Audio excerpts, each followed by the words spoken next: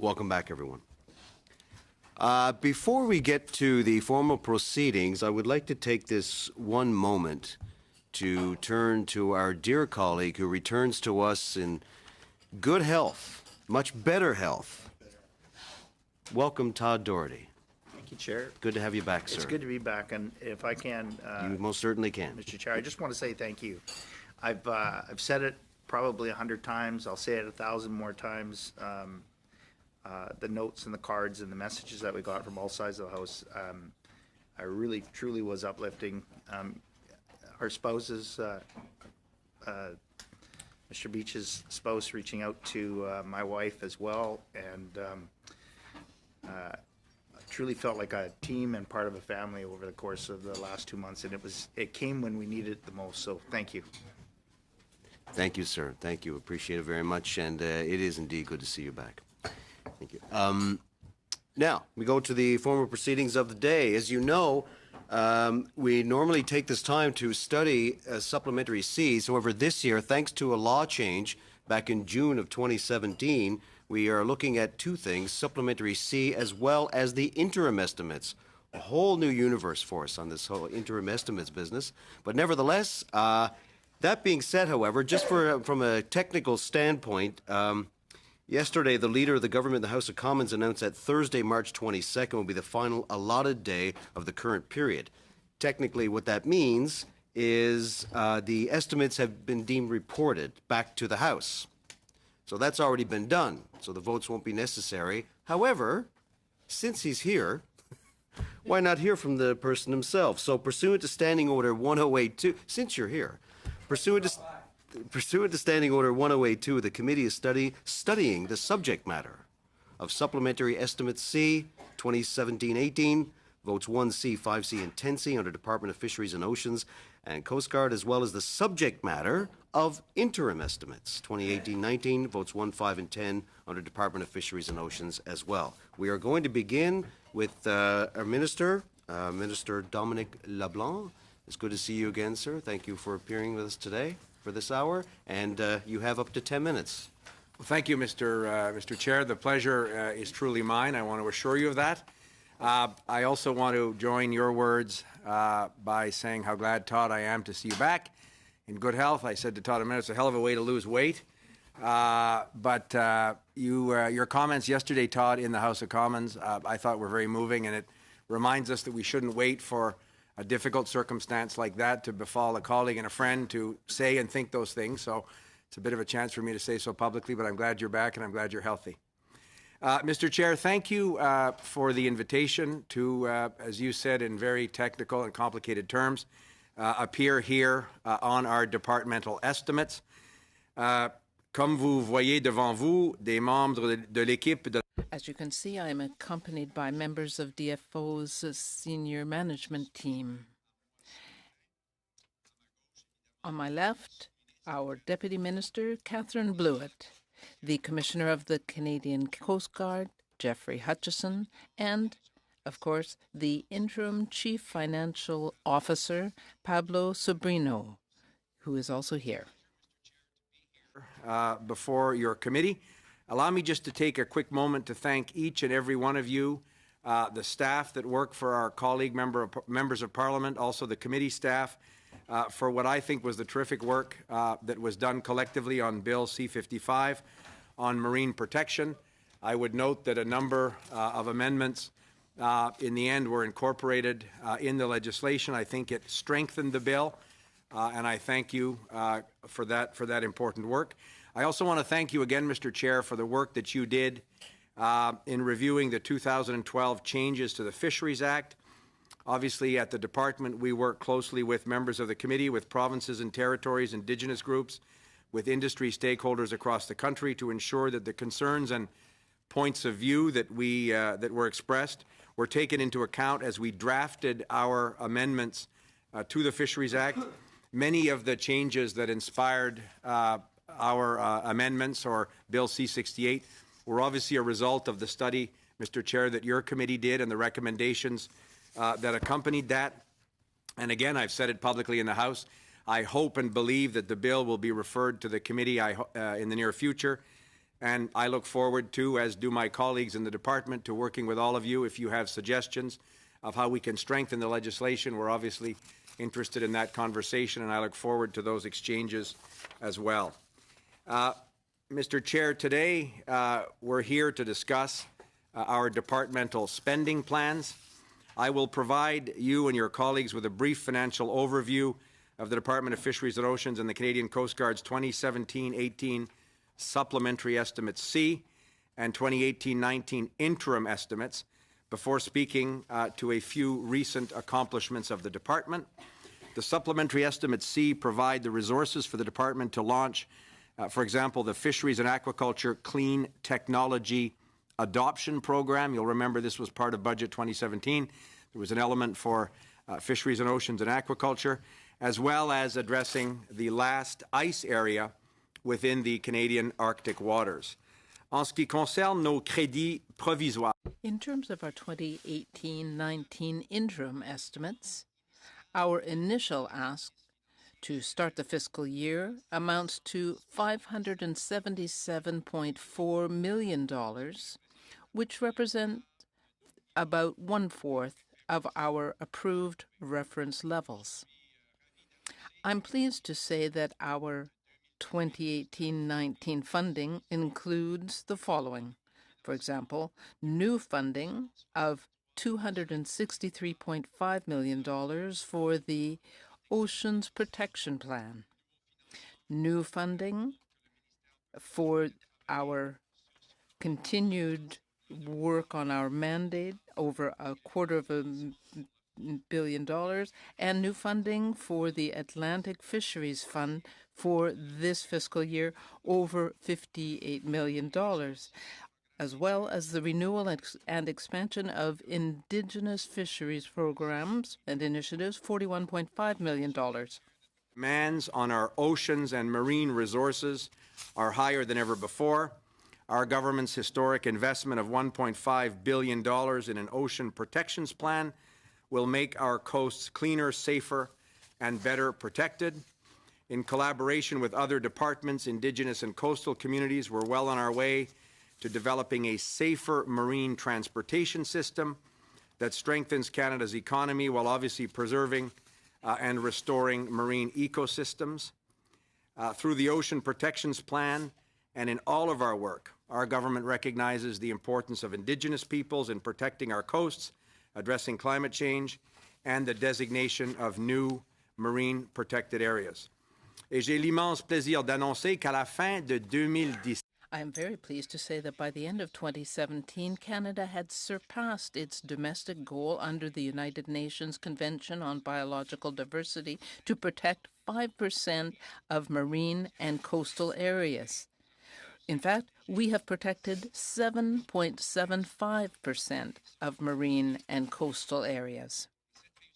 This achievement was made possible thanks to sound science and to sincere engagement with Canadians, Indigenous groups, industry leaders, and environmental organizations that care passionately about Canada's oceans. prosperity depends on making sure the benefits of a growing economy are felt by more and more people with good, well-paying jobs for middle-class Canadians. This is especially important to the more than 76,000 Canadians working in commercial fishing, aquaculture, and processing jobs, many in coastal and Indigenous communities. And I don't have to tell the people around this table who represent, in many cases, perhaps with the exception of Mr. Miller, communities along Canada's coast and remote communities. Often, Mr. Chair, the fishery and related industries are in fact the only or the most significant source of economic activity in these communities, and that's why our government is focused, for example, on the Atlantic Fisheries Fund, which I announced in 2017. It's designed to encourage new and innovative ways to harvest, process, and deliver high-quality, sustainably sourced fish and seafood. Other provinces, notably the province of Quebec, has reached out to me about the possibility of negotiating a similar fund for the Quebec fishing industry.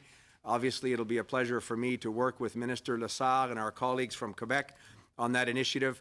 We remain open to looking at every possible opportunity on all of Canada's coasts that would, in fact, improve the economic opportunities for Canadians.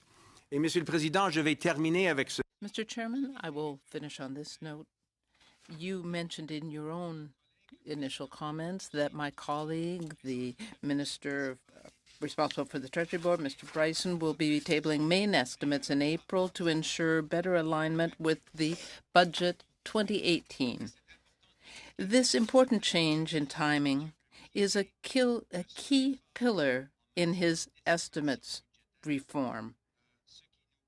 And this will ensure that we, as parliamentarians, are well positioned to study documents that will be substantially more meaningful, relevant, and pertinent. And I am very pleased to say that I will be happy to come back to speak to you at that time if you would like to talk about the main estimates. Time for questions. I assume all of your questions will be very specific technical questions related to Supplementary Estimate C. And if that's the case, I said to Pablo, I will be happy to ask him or the Deputy Minister or the Commissioner to answer. I will respond to the compliments that members will have with respect to my work as Minister or the government's overall work. And those very technical questions on spending, I could perhaps leave to the CFO or others. Thank you, Mr. Chair. Thank you, Minister. Your sincerity knows absolutely no boundaries, and Thank you. I'm absolutely impressed. Thank you. Thank I you learned very from much. you, sir. Yes, well, I don't know. You may not want to follow that path much longer. Nevertheless, I do like to invite guests, as you know, which is apropos for our committee. I want to thank or welcome, who was alluded to, we alluded to him earlier through the Minister, Mr. Miller, Mr. Mark Miller from Ville-Marie-le-Sud-Ouest, Île-des-Sœurs. Is that correct? accurate. That's exactly it? And I do represent a slight slice of the St. Lawrence. You do represent a slice of the St. Lawrence. Ah, yes. And coastal. I'm sorry, you, what's that? Sorry, go ahead. On the seaway itself, Mark, or would it be a piece of the coast along the seaway? Oh, I'd have to go into the, I'd have to ask the CFO. Yes, I'm sure your phone at Small Craft Harbor is ringing off the hook. So let's now go to our questions, because like you say, we're limited for time, so let's go there right away. Let's go to Mr. Morrissey for 7 minutes, please. Thank you, Chair. And Mr. Minister, I will begin on the complementary side.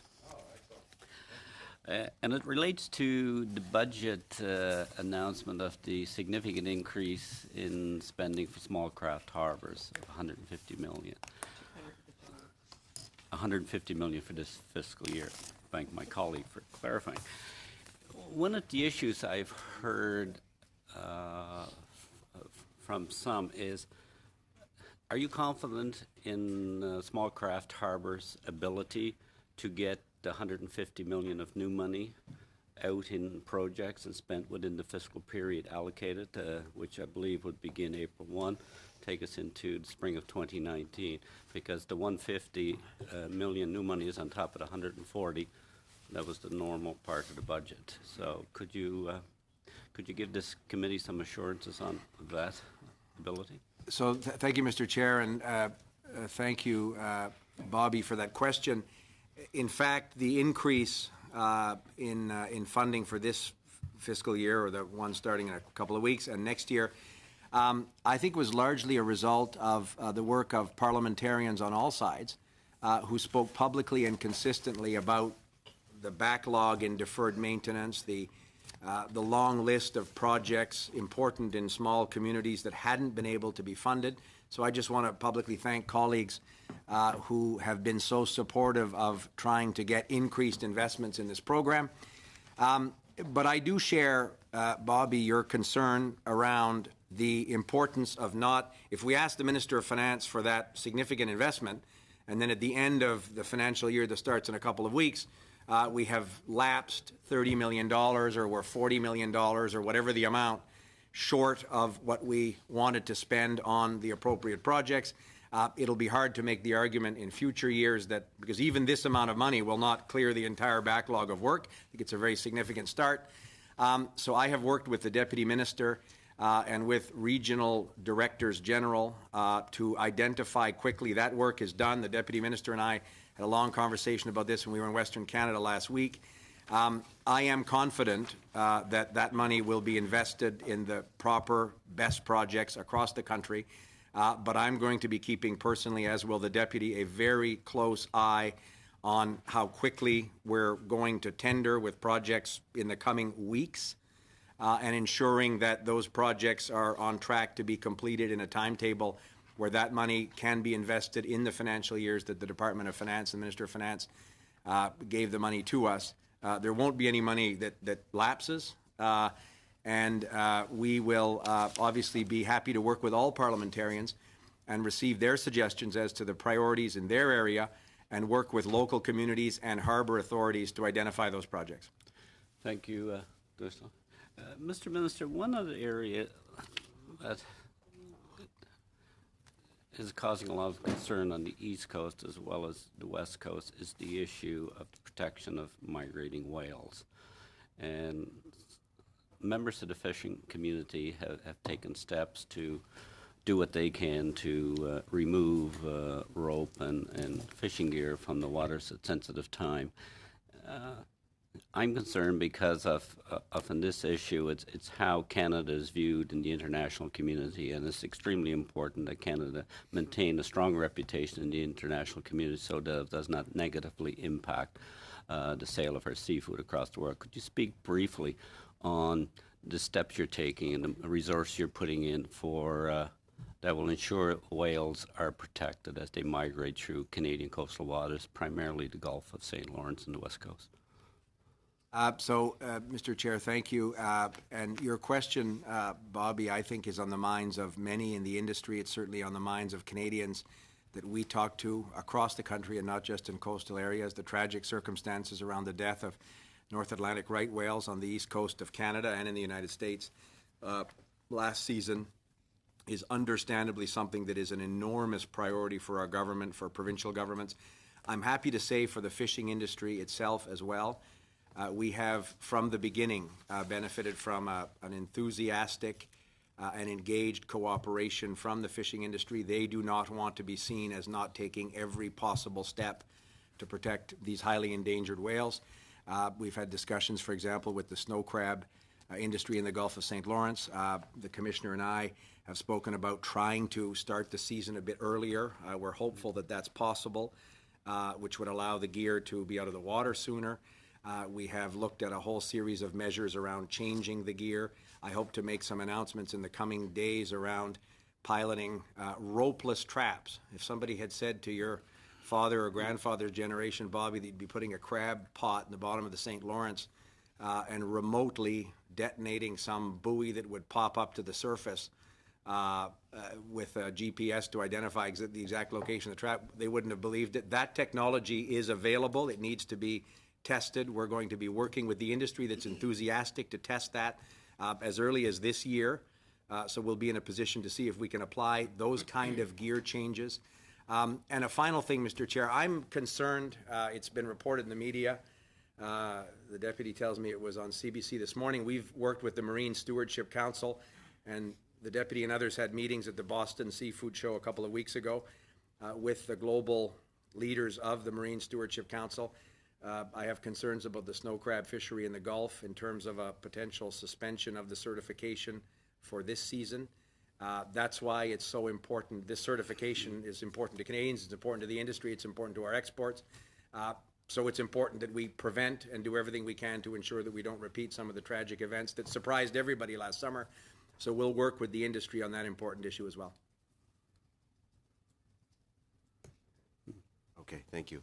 Thank you, Minister. Mr. Minister, we took a bit of time off the top to discuss other things pertaining to the committee. I hope we don't mind. We'll probably extend for about 3-4 minutes. Is that okay? Do you have the time to spare at that I don't want to be, the cabinet meeting starts at 9:30. I'm not allowed to tell you what's on the agenda, but I need to tell you that I have to be at that meeting.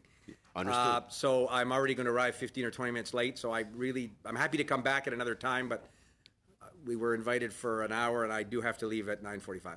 Okay, all right. Let's go to Mr. Doherty for 7 minutes, please.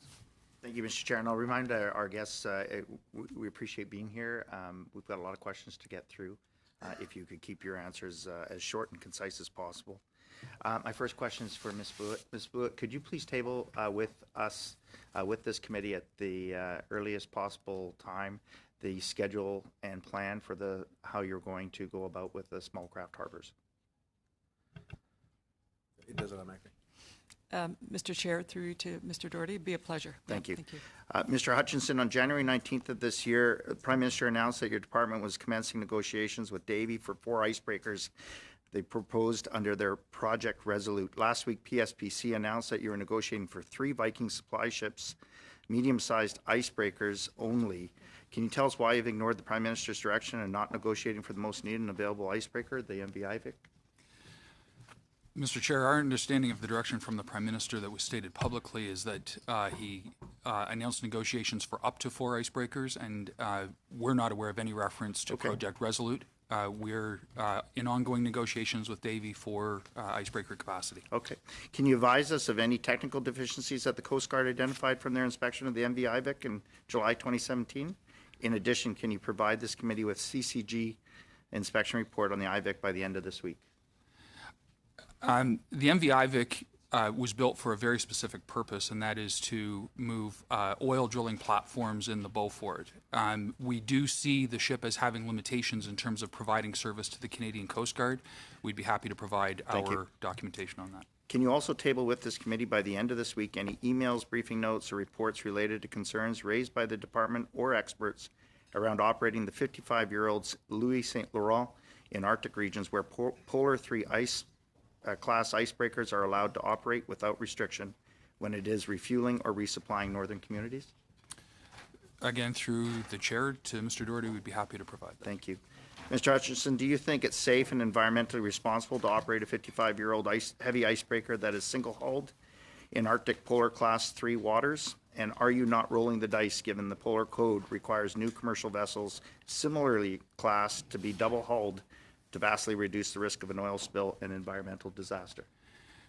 The icebreakers in our fleet are extremely capable, and in no way do I think it's irresponsible to operate those vessels in the conditions we operate them in. Mr. Hutchinson, in recent news article, C-SPAN stated that the 3 offshore fisheries science vessels are 90%, 60%, and 40% complete, respectively.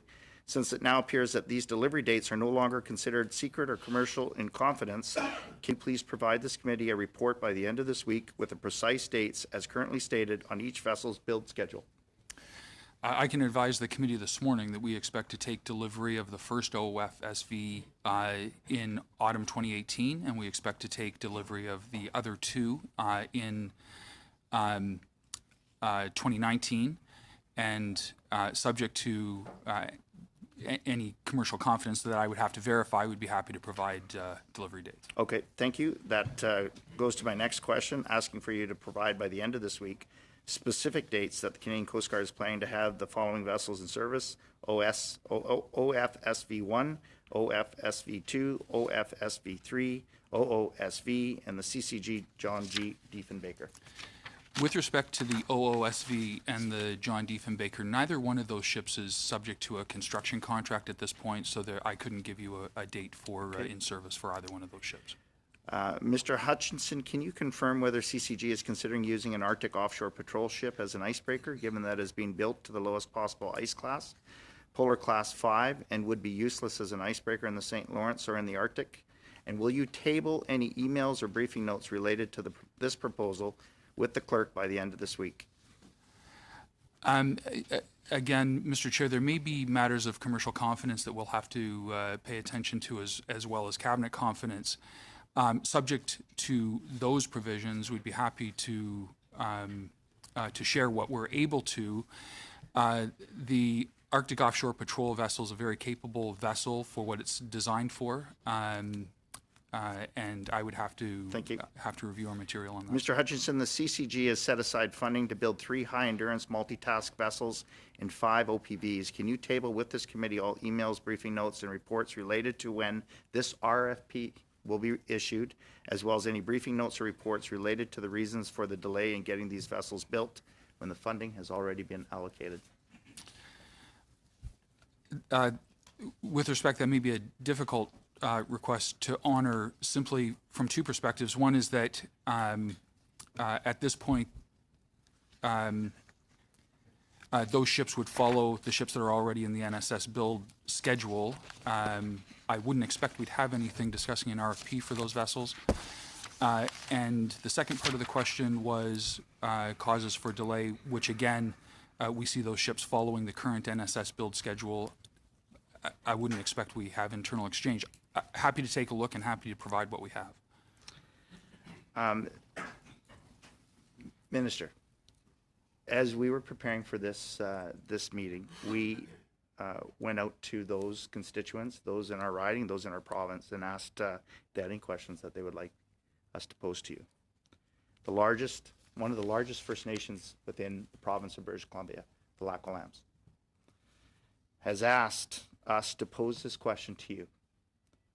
Why is the government continuing to allow American NGOs to dictate policy in relation to our natural resources and impacting the well-being and revenues of our ordinary Canadians, and went as far as to say this: for a government that professes to support UNDRIP and reconciliation, you are proposing to go forward with a plan that will seek to limit what First Nations can do with their traditional territories, and who are opposed to a tanker ban.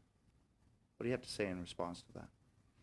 Well, thank you, Mr. Chair. And obviously, I don't share the view that Canadian policy is being dictated by American NGOs. Canadian policy, from our perspective, is dictated by what we think are in the best interest of Canadians, growing an economy sustainably, protecting the environment, providing jobs, including for Indigenous communities like the ones you referred to, Mr. Doherty. We made a commitment with respect to a tanker ban in northern British Columbia in the election campaign. That was a clear commitment we made in the campaign of 2015. Was it based on science? Of course it was, Mr. Doherty. Of course The it was. commitment was? The commitment we made in the election campaign was to proceed with that tanker ban. I have had a chance to meet the Indigenous groups you referred to. I understand their point of view. I've listened carefully to their point of view. But my colleague, the Minister of Transport, has also had an How many opportunity. tankers go through the southern part of our province? Sorry, I have to interrupt right there. We're over time right now. Minister, if you have a last thought to that, I'll let you go ahead with that, but I have to call it, we have to go to the next question. Go ahead. So thanks, Mr. Chair. Again, our commitment was a firm commitment we made in the election campaign, and people should not be surprised that we proceeded to implement the formal commitments we made in the election platform, and that's what my colleague, the Minister of Transportation, has done. Mr. Donnelly, for 7 minutes, please. Thank you, Mr. Chair, and welcome to the Minister and departmental officials for being with us this morning. The Supplementary Estimate C 2017-18 request of $488,563 in new funding for the Fisheries and Aquaculture Clean Technology Adoption Program, which provides funding to, quote, assist Canada's fisheries and aquaculture industries in improving their environmental performance. As the Minister knows, the best way to improve the environmental performance of fish farms is to get them out of the water and onto land. And the Namgis First Nation is going to court this week seeking a judicial review of Fisheries and Oceans Canada policy that doesn't mandate testing for blood virus, Piscine reovirus before the scheduled transfer of Atlantic smolts to Marine Harvest's open net salmon farm in the Namgis territory.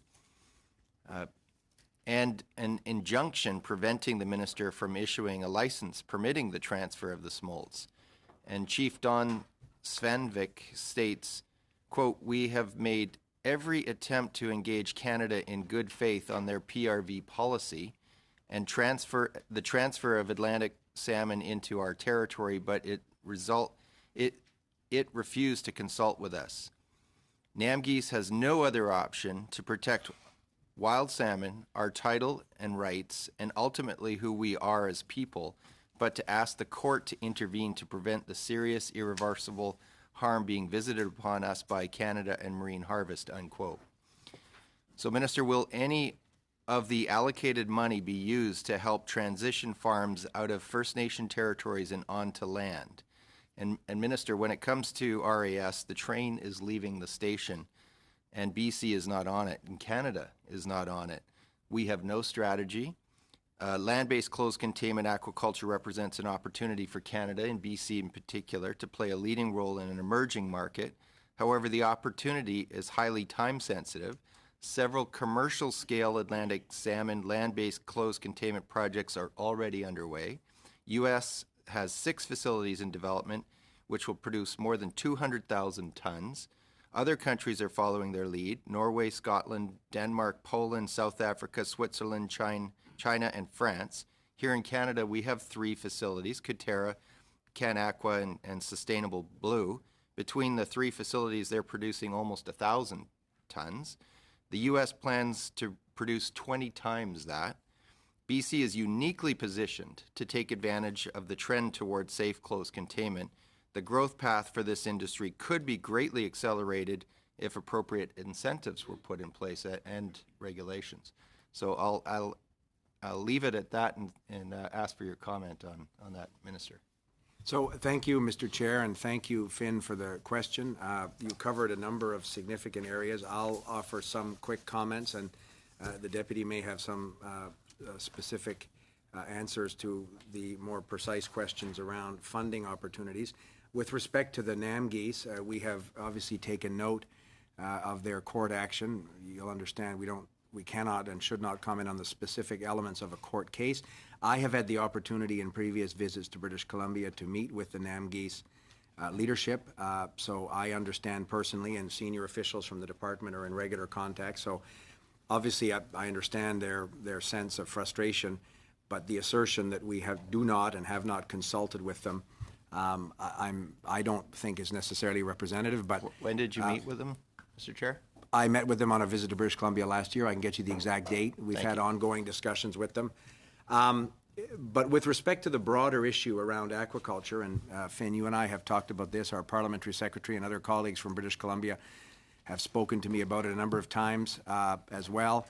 And I know that Terry has visited the Katerra facility and has worked with our department in his capacity as a parliamentary secretary to identify potential opportunities for some of that funding around innovation and around testing whether that technology for closed containment land-based aquaculture can in fact be used much more broadly from an economic and environmental sustainability perspective.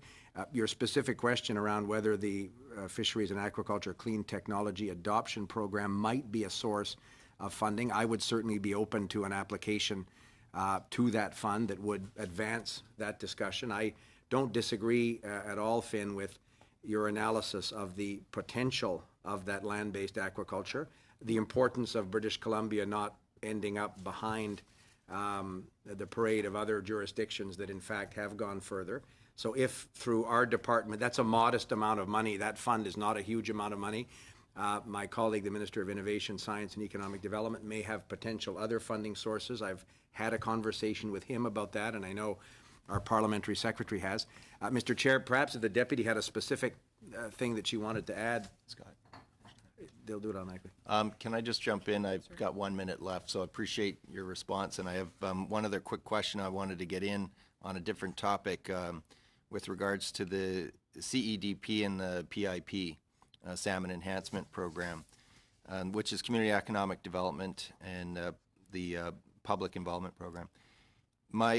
I've been led to believe that there has, under the CEDP, there's been no program increases since the early 90s, no wage increases, no capital allocation since the early 90s, no upgrading for aging hatcheries, no equipment replacement, no training plans. First 12 nation hatcheries have closed due to program reductions. Annual contracting meetings in Vancouver have been eliminated. No funds to address inflation at 14% since the early 90s. Contracts used to negotiate each year now are allocations.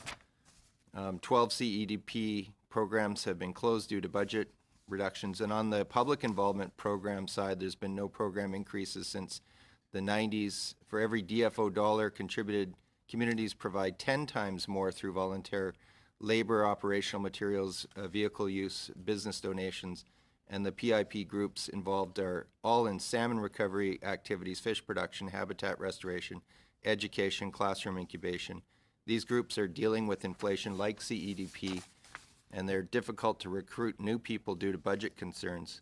So in addition to inflation costs and other concerns, infrastructure, hatchery. Mr. Donnelly, your time is up. I'm going to have to Can't even iterate there. get through this I'm- list, that's so long. You get a I'm brief just wondering response, on please. a brief response on those issues. Sure. So, thanks, Mr. Chair. And Finn, I'd be happy to look in. Certainly sounds like a dire picture you painted of that program. I know the importance of the Salmonid Enhancement Program, the Community Economic Development Program. I have heard every time I've been to British Columbia, but also from my colleagues from that province, about the enormously successful work that program has done. So if the funding has eroded, and certainly I don't disagree with the numbers that they're the circumstance you described, I'd be happy to look into it. We can confirm your specific questions. We will be happy to get back to you with the exact detail of those programs. But I'd also be happy to look with the department at ways that we could in fact improve the funding, because if we're leveraging $10 for every one that we put in, imagine if we put in $1.25, the benefits that we could potentially get. So I'd be happy to look at how we could perhaps over time improve that and get you the exact figures with respect to the financing. Thank you. Ms. Jordan, 7 minutes, please. Chair, and thank you, Minister, for being here today. I have three quick questions. First of all, the $250 million for small craft harbors, how will it be determined where that money is actually allocated? That's one. I'm going to go through all three, and then maybe it might be easier that way. Secondly, with regards to abandoned vessels, Mr. Hutchings maybe can answer this one for me. I know that we've had the program on the West Coast for the smaller boats. I'm interested particularly in larger vessels and the removal of larger vessels.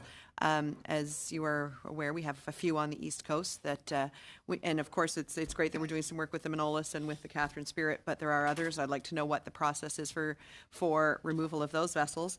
And thirdly, one of the things I hear a lot about now is enforcement. And the cuts that have been made to DFO previously with regards to enforcement and how it's affecting the local fishery. And I'm just wondering if there's any movement to increase the numbers of enforcement officers on the ground, because exactly. I mean, when you have a long coastline that needs to be protected with fisheries officers, and you've got one boat that takes in from Shelburne to Yarmouth, it's pretty hard to get to a problem. So if someone could address those three concerns, I would appreciate it. Thank you. So, Mr. Chair, thank you, and thank you, Bernadette. I'll take a crack at 1 and 3 and ask the Commissioner with respect to the larger removal of larger vessels. The $250 million, and I want to thank you publicly for your help in securing that funding, Bernadette, with respect to small craft harbors.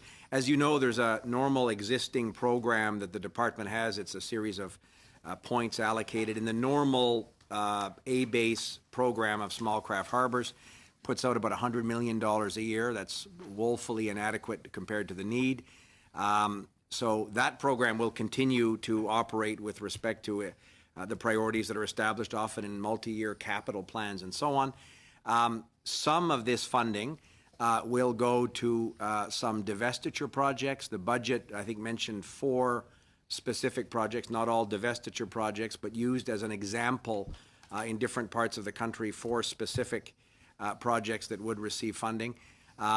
There's no doubt that some provinces and some communities have asked us around divestiture to invest what we need to get the wharves or the particular harbors up to a standard where a province or a municipality could take them over. So some of the funding, and to be honest, I don't think we have an exact proportion yet of what money will be used for divestiture.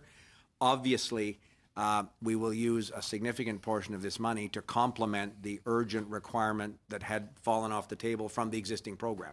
So in your constituency, some of the most lucrative and economically important fishing grounds in the whole country. I visited with you a number of harbors in your riding, Bernadette, that are perfect examples of deferred maintenance.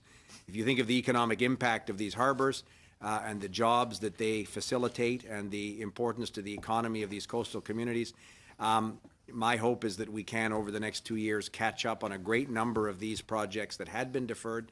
And we'd be happy to work with your office and others in terms of getting priorities from you. And I say this to other colleagues who have small craft harbors in their ridings. We are wide open to receiving your views on priorities, and we'll work with you to ensure that this new funding can meet some of those objectives. On enforcement, Bernadette, you're absolutely right. One of the challenges that I heard from Newfoundland to Bella Bella, British Columbia, was the importance of having more fishery officers, conservation and protection officers, habitat protection officers, but particularly fishery officers, C&P officers, on the wharves, on the water. I had visited small detachments where there used to be 5 or 6 people. Now they're down to 3, but it takes 2 to patrol safely. So you can imagine 3 in a particular detachment. You've massively reduced their ability to enforce the Fisheries Act. But it's also a presence. It's a deterrent for those that perhaps might be inclined not to follow the law. It's also a safety aspect in many communities. These people are first responders. I met in Bella Bella, British Columbia last week 2 fishery officers who are in an isolated detachment there. They are, in many cases, the only federal presence along that part of the coast. So I chatted with them about some of the challenges in recruiting and maintaining their staffing levels. So we will be increasing by at least 70, or I hope more, permanent positions of fishery officers across the country. So help is on the way for those working in detachments now. The money we got, almost $300 million with the new Fisheries Act that we're proposing, will be a good first start, but I'll continue to try and rebuild that capacity. And before we run out of time, I'll let the Commissioner, we know the importance of the Farley Mowat. That left, you and I saw that together, Bernadette. But I have the cormorant too. No, that's right. And there are other examples across the country. Your riding is a good one, but perhaps, Jeff, you could provide details or some insight into our plan around some of the larger vessels. Be very happy to, Minister, and thank you for the question. As people around this table know, Bill C-64 has now reached third reading stage, and that bill forms part of a larger plan which fundamentally changes the situation around vessels of concern, primarily by creating liability for abandonment of vessels, which has never existed in the past, but also squarely positioning that legislation in a risk-based approach. And that's the segue to the answer to your question, Ms. Jordan. Our approach to those larger vessels is risk-based. You've already noted that some of the larger vessels that pose a more immediate risk, like Catherine Spirit, like Manolis, we're taking action on those. We expect, as was announced in January, the plan for a long-term plan for Manolis will be out this year. Catherine Spirit is already being dismantled or broken, as we say. As for the other large vessels, we have technical assessments scheduled for many of them. They're ongoing. Corfu Island, for example, the technical assessment is ongoing there. But the order in which those will happen are risk-based. So, for example, we'll be undertaking technical assessments of the Matterhorn and Petrel this year. We have Cormorant down for next year. As we're able to get to vessels, we get to them. And then that generally leads to a funding decision where dealing with the situation is a smaller amount, say in the hundreds of thousands. We'll generally take that out of our environmental response program. Where you're into the territory of, say, a Catherine Spirit, which is almost tens of millions, but over $10 million, then a larger funding decision is required. Thank you very much. Thank you. Mr. Arnold, for 5 minutes, please. Thank you, Mr. Chair. 2 key questions I want to get to, and if there's time remaining, if we can keep our responses reasonable, I'd like to pass the remaining time on to Mr. Miller. Minister, thank you for being here. I have a question regarding the glaring absence of any funding plans in the estimates for preventing the spread of aquatic invasive species, or AIS, particularly in my home province of British Columbia. The Okanagan Basin Water Board in Kelowna found that the introduction of invasive mussels into the Okanagan region alone would cost an estimated $43 million annually in mitigation and infrastructure maintenance. DFO's own evaluation of its fisheries protection program states that, and I quote, "The economic and environmental damage that some AIS have caused can far outweigh the cost of prevention." Last year, MP Albus and I wrote you regarding the need for federal support for AIS prevention in BC, and your response in October highlighted the $43.8 million proposed in the 2017 budget for preventing and eradicating AIS. DFO's own evaluation of the Fisheries Protection Program states that aquatic invasive species component is currently restricted from, and I quote, "achieving an impact beyond the Great Lakes." So I am concerned if Western Canada and the territories will see any of the funding you mentioned. In your response to our letter, you wrote that, and I quote, "In British Columbia, there will be new DFO resources to develop, coordinate, and implement regional aquatic invasive species activities." Minister, as the 2018 boating and fishing season approaches, what new DFO resources will be provided to British Columbia to help prevent the introduction of zebra and quagga mussels? Mr. Chair, thank you. And Mel, thank you for that question. In fact, I have talked with our colleagues from British Columbia on that specific issue as recently as yesterday. As you know, there was a small increase in the aquatic invasive species capacity of the department. It was only $7.2 million nationally. We obviously would have, and the need is, I agree with your assessment, the potential economic impact of these mussels, of zebra mussels, on infrastructure, on power systems, hydro systems, devastating. So I totally acknowledge what you said about the cost consequences of not doing everything we can. The government of British Columbia, noted, has and is making some investments. My hope is to work with them to complement their investments, to use the small amount of money. What funding is coming for this year? So, as I said, we have $7.2 million nationally that we haven't yet allocated. 80% of that goes to the Great Lakes to 2 species. The remaining 20%, the rest of the country. What's coming to BC? No, but Mel, I'm saying we haven't allocated the funding for this year. So that percentage may have been true in previous years. I'm telling you that I think that the concern in the Okanagan is really severe. So I'm going to work with the department to see if there's a way to increase that funding. Maybe that 80% percentage you referred to doesn't have to be the ongoing circumstance, and certainly not this year. And I'd be happy to work with you, Mel, or give you specific details as we develop them. But I share the concern. I recognize the concern. Our colleague Steve Fuhr talked to me about this yesterday. So we'd be happy to try and do more, and I think we can. Okay, thank you. Minister, your government promised to fully implement the Cohen Commission recommendations, and 2.5 years later, this promise has yet to be realized. In August of 2016, you were in Vancouver and promised concrete action to restore Pacific salmon stocks, yet your department's preliminary salmon outlook for 2018 shows another grim decline in Pacific salmon stocks. Fishers, First Nations, recreational, commercial sectors all echo the same concerns voiced by your department officials in the Pacific region.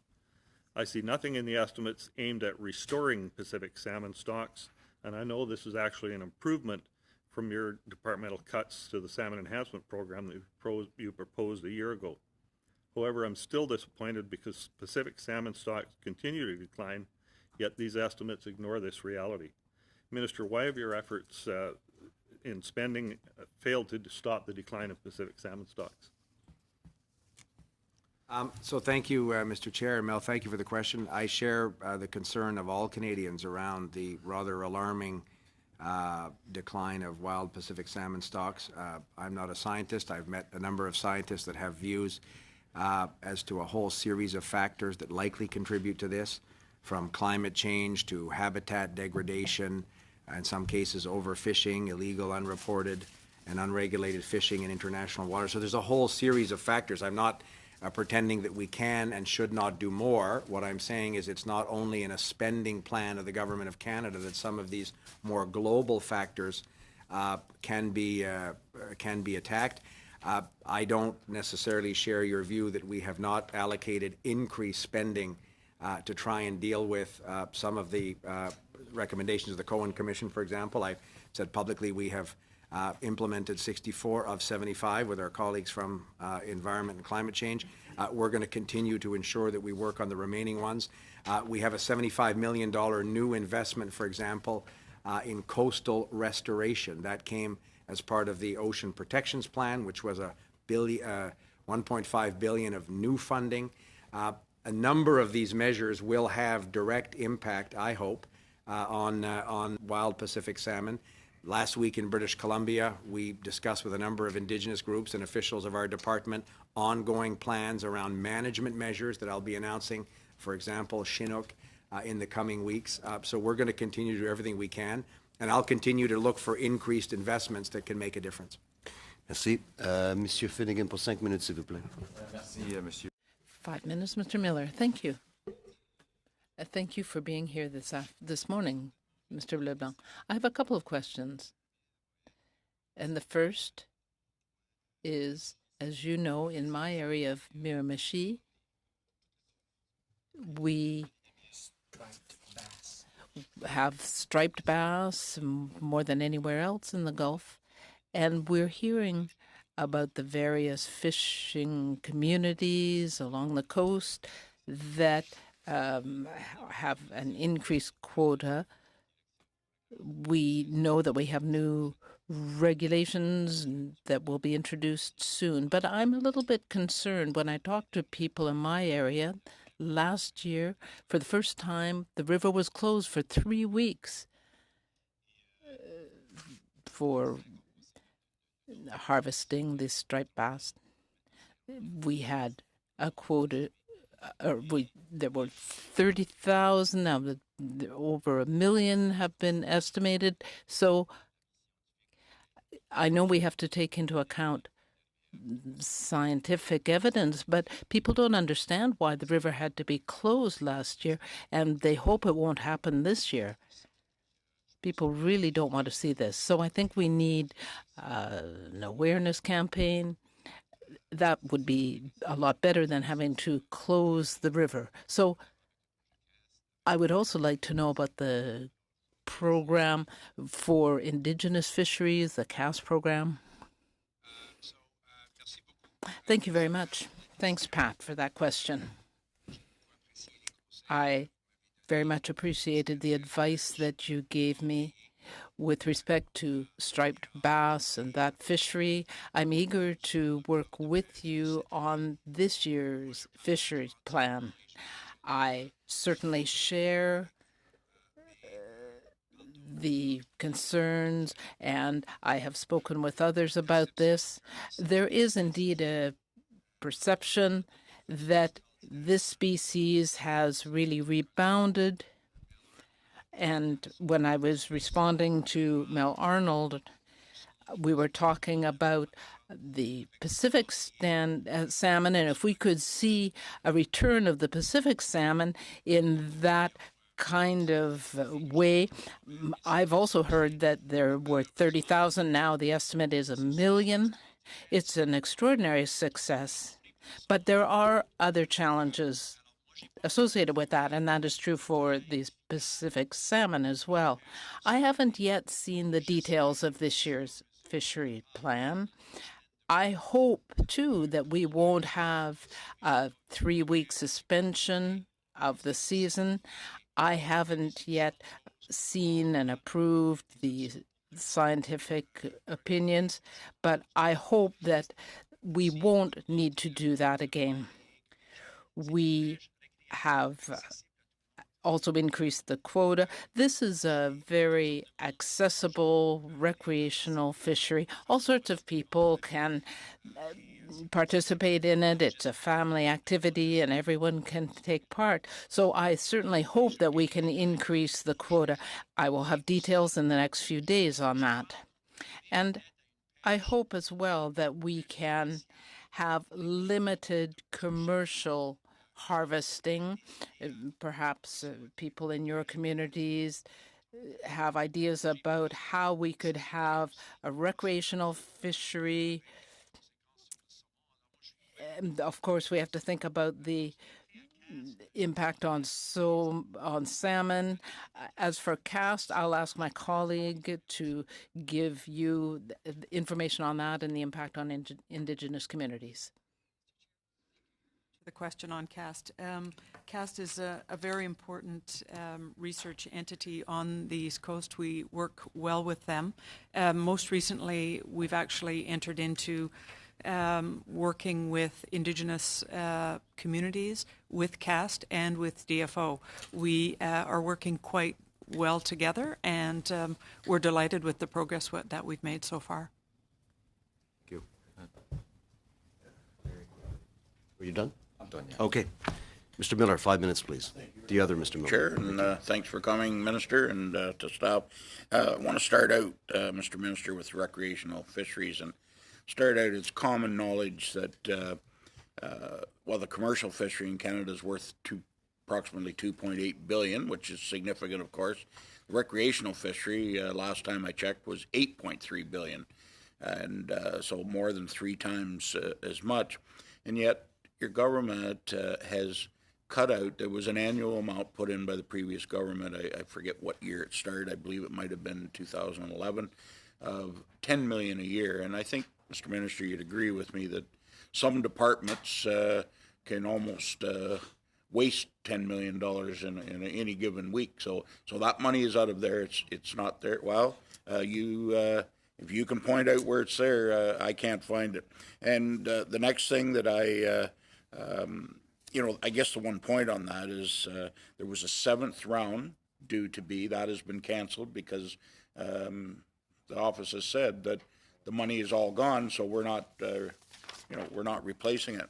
The second thing that I want to refer to is small craft harbors. And I got to point out that Mr. Morrissey said, well, there's 150 million in new funding. Well, I'd like you to point that out where that is, because in 2014-15 budget by the previous government, there was 288 million allocated. Now there's 250, I believe it is. Stand to be corrected if it's slightly different. So I don't know if that's a new kind of math, but it doesn't add up in my mind. And the last thing that I'd like you to comment on is Great Lakes Fisheries Commission. And I think it's easy for governments of all stripes, Mr. Minister, to forget that outside of the east and west coast, which are very important, there's huge commercial and recreational fisheries in both the Great Lakes and in Manitoba. My question in regards to the Great Lakes Fisheries Commission is, do you think that it's funded enough by this government?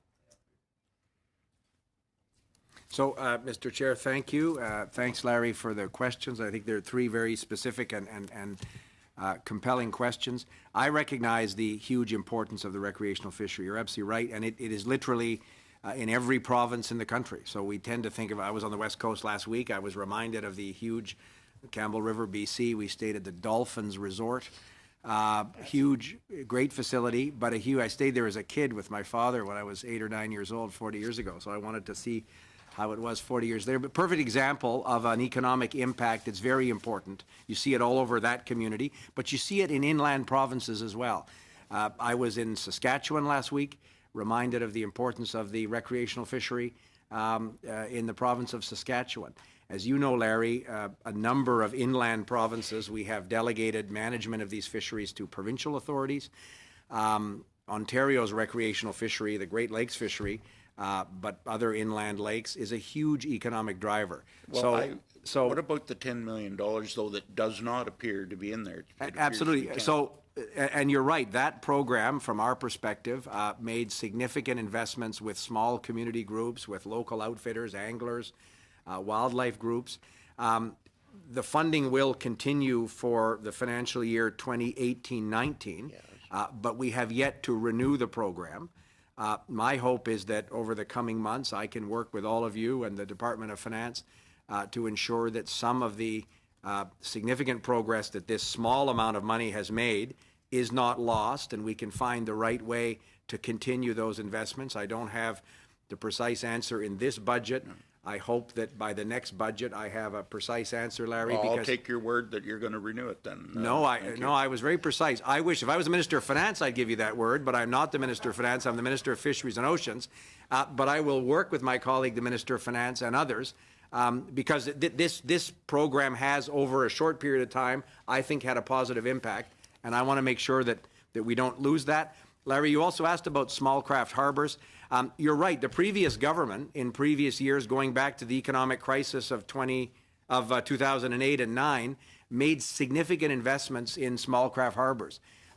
So every government, and the previous government was no exception, recognized the huge need and did what we did in this budget, is allocate what we call, bureaucrats at the table will like this, B-based funding, which is a one-time investment over a number of years. And the case of the budget a few weeks ago, it was 250 million over 2 years. But it's a reduced number, Mr. Minister, and most of it's gone to towards divestiture. No, I don't agree with that characterization at all. Folks, I got to cut it right there. I know the But minister. we didn't get to talk about the Great Lakes Fisheries Commission. Well, you know what? We have a certain parameter and standing order that I have to adhere to, so I apologize for that.